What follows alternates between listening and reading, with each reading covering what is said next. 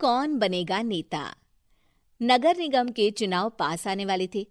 पूरे कानपुर शहर में टिकट को लेकर मारामारी शुरू थी, लेकिन सबसे ज्यादा चर्चा में वार्ड नंबर 40 की सीट थी।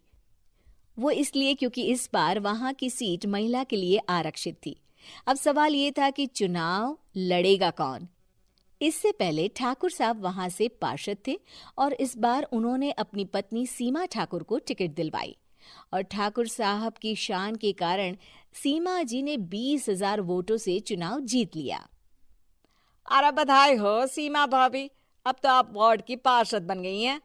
अब तो हमारे काम आप ही करवाएंगी। अरे ये तो सिर्फ नाम की पार्षद बनी है, वो तो महिला सीट आ गई, वरना पार्षद तो मुझे ही बनना था। अब भले ही चेहरा इसका होगा, लेकिन पावर तो मेरी ही होगी।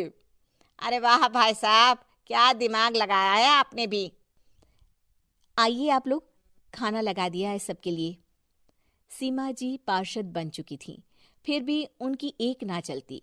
सारे काम ठाकुर साहब खुद ही संभाल लेते और जहां जरूरत पड़ती वहां सीमा जी का अंगूठा लगवा लेते। सीमा जी ज्यादा पढ़ी लिखी भी नहीं थी। एक दिन ठाकुर साहब और सीमा एक प्रोग्राम में जाते हैं। अरे ठाकुर साहब, आप आ गए। ओहो, पार्षद मैडम भी आ गई हैं। स्वागत है आप दोनों का। लगता है हमारे पार्षद फंड का सही इस्तेमाल हो रहा है। चलिए अब उद्घाटन करते हैं।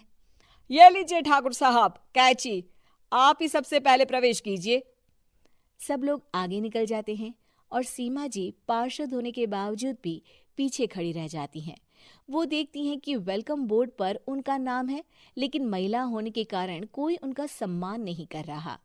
अगले दिन एक आदमी उनके घर आता है। अरे ठाकुर साहब नमस्कार। कल ना हम नोटिस किए कि हमारा घर तो अवैध है और नगर निगम वाले उसे तोड़ने आ रहे हैं। अरे कुछ कीजिए ना ठाकुर साहब। देखो भाई, मैं तो ज्यादा कुछ कर नहीं सकता, पर अगर तुम सबकी जेब गर्म कर दो तो कुछ हो सकता है। कुल मिलाकर 4 लाख लगेंगे। अरे 4 लाख ठाकुर साहब? अरे भाई, मैं अपने लिए नहीं मांग रहा हूँ। दरोगा है, इंजीनियर बाबू है, बड़े साहब है, सबको देना पड़ता है ना थोड़ा थोड़ा। बोलो है मंजूर? तभी वहां अचानक सीमा जी आ जाती हैं। अरे ये आप क्या कर रहे हैं? पहले इन्हीं लोगों से तो आपने वोट मांगे, अब इनसे ही पैसे ले रहे हो। अरे चुप रहो तुम, तुम्हारा काम है सिर्फ अंगूठा लगाना। तुम वही